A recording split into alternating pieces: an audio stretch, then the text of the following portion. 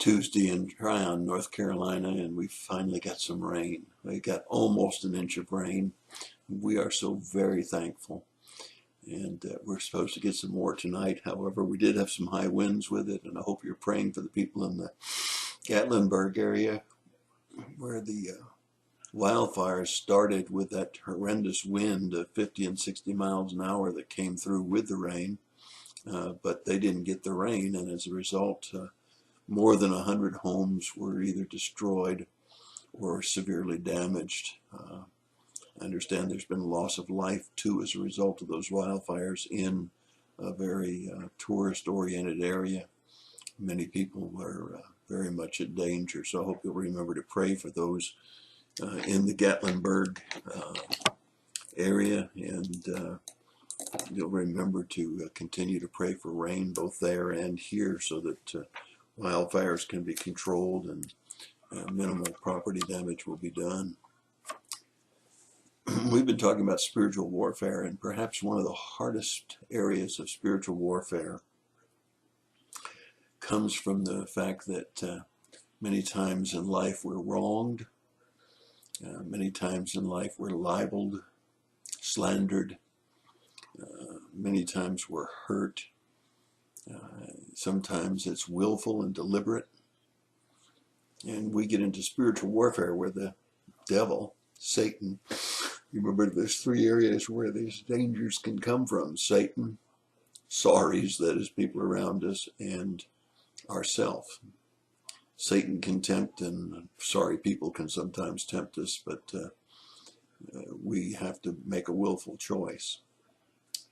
So we want to deal with this most difficult area of spiritual warfare, because what happens is it festers. The hurt becomes anger. The anger becomes hostility. And Satan sits on our shoulders and tells us we don't have to take that, and we have every right to be angry and mad. He's tempting us to take action. Sometimes the people that have caused this problem in our lives are not repentant and never apologize, and therefore we continue to have this anger and this resentment and this hurt continue to pile up in our lives. Such was the case for Joseph in Genesis chapter, started way back in the beginning of Joseph's life, where his brothers mistreated him. Some of them wanted to kill him. Eventually they sold him into slavery. While he was in Egypt, he was taken advantage of by Potiphar's wife. He was imprisoned. And he had lots to be angry about his brothers getting him into that situation. After all of the time, the ups and the downs of Joseph's life, when Joseph finally encountered his brothers again, he returned good for evil. As a matter of fact, he summed it up extremely well in Genesis chapter 50, verse 20.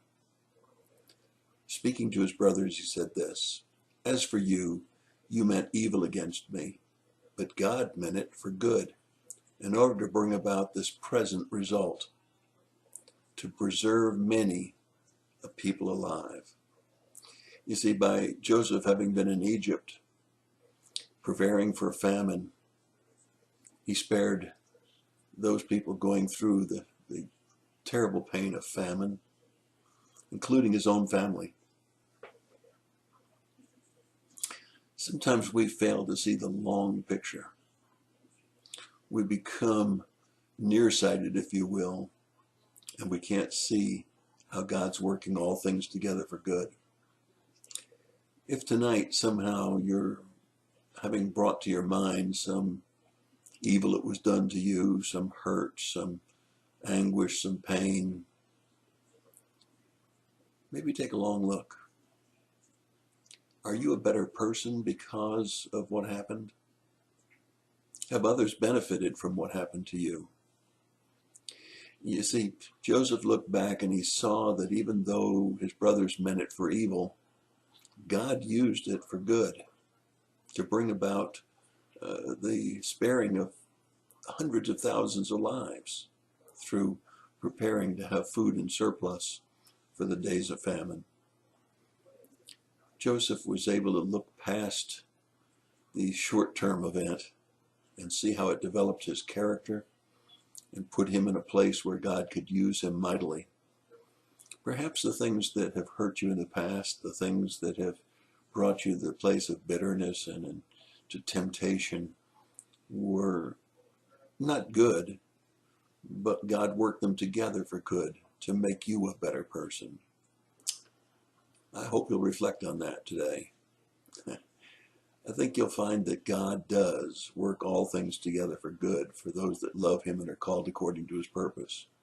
And God has used whatever that was in your life to make you better, not bitter.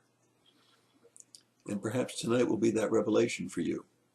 Perhaps tonight you'll realize that even though some events in your life have been bad, God's used them for good. It's your thought for the day. God bless you, and I hope you'll win this spiritual warfare with bitterness, resentment, and hurt.